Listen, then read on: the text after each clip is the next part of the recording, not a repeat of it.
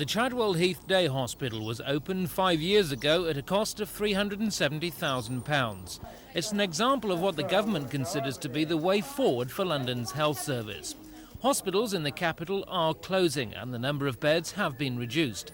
But in their place, more people are being treated in community health centres and clinics such as this one.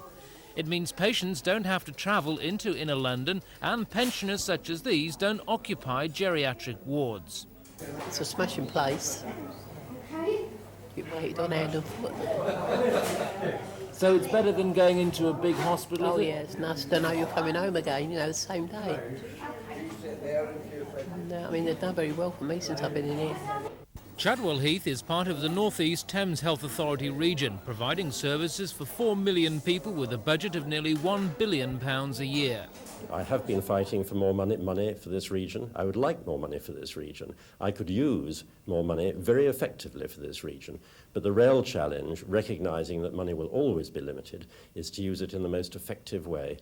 The number of GPs in London has been increased by 20% in the last 7 years, but at the Kentish Town Health Centre, Dr Stephen Emile says his patients are suffering as a result of hospital cuts and longer waiting lists. And if they finally do get in, they're discharged so prematurely, in our view, that the extra strain that it places on the patient, on that patient's family, and of course on us, doctors and community nurses and health visitors, has taken an enormous toll.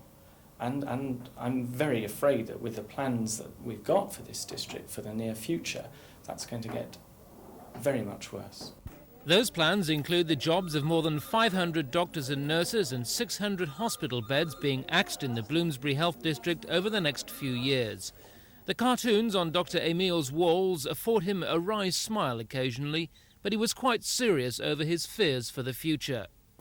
I would like to say to Barney Hayhoe that with all these claims about increasing the number of beds and nurses and efficiency and all the rest of it, how can he tell my patients, how can he look them in the eye and tell them why they're having to wait longer to get into hospital, why they're being discharged long before they're ready, and why they have to sit back and watch themselves or their families suffer as a result, because that's the reality of what's happening in this district now.